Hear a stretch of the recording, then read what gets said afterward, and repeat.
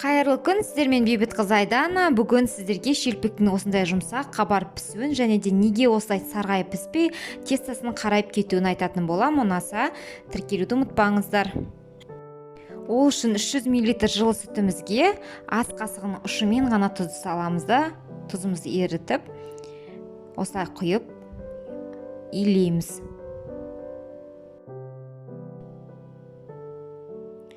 Соданы шай қасығының ұшымен ғана қосамыз. Егер соданы көп қосып жүрсеңіздер, тестаңыздар қарайып кетеді. Және де пісіп жеген кезде соданың дәмі шығып тұрады.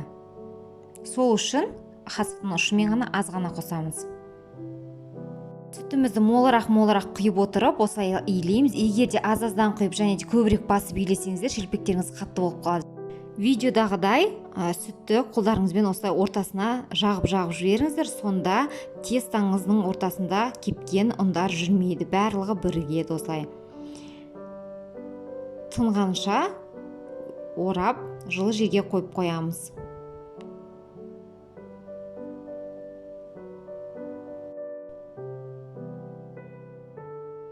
Тестамызды ашып көреміз. Міне кейбір бірікпеген жерлердің барлығын қайтадан осылайынан басып, біріктіріп, 20-30 минутқа тындырып қоямыз.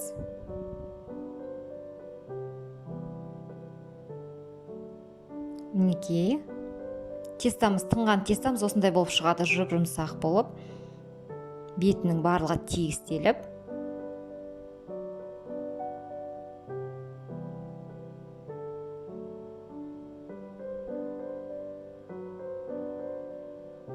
Осылай бөліп шығамыз.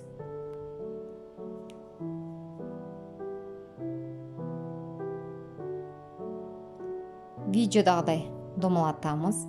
Сонда жайғанға ыңғайлы болады. Осылай домалатып болғаннан кейін салафанға салып қойыңыздар, сонда жайғанға ыңғайлы, жұмсақ болып тынып тұрады. Жұмсақ тынып тұрған шелпекті жайғанға өте ыңғайлы, оңай болады.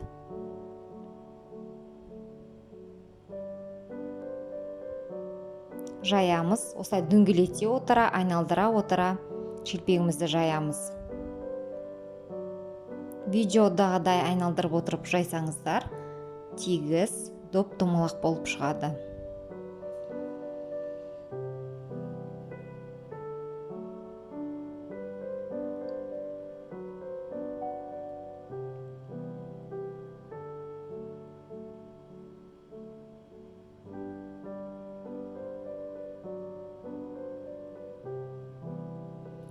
Әрқайсысын осылай жайып шығамыз.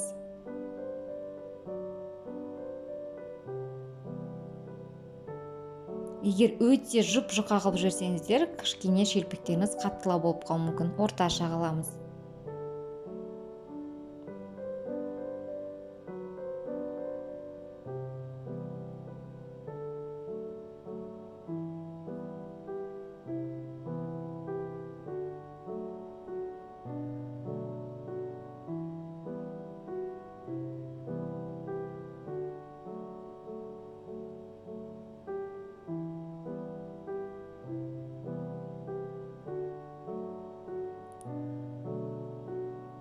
Осылай жайып болғаннан кейін табамыз қызғанша бетін жауып қойыңыздар.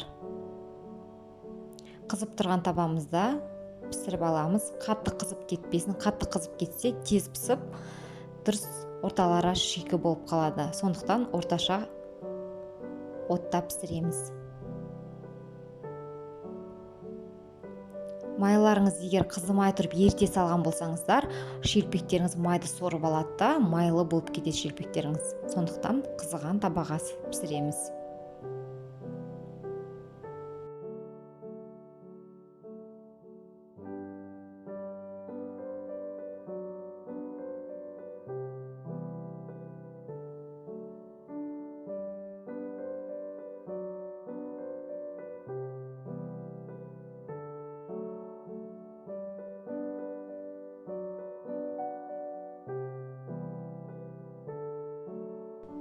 Мінекей осындай жұп-жұмсақ болып шықты. Ұнаса тіркеліп, қоңыраушаны басуды ұмытпаңыздар. Келесіде бауырсақтың рецептісін көрсететін боламын. Жіберіп алмаңыздар.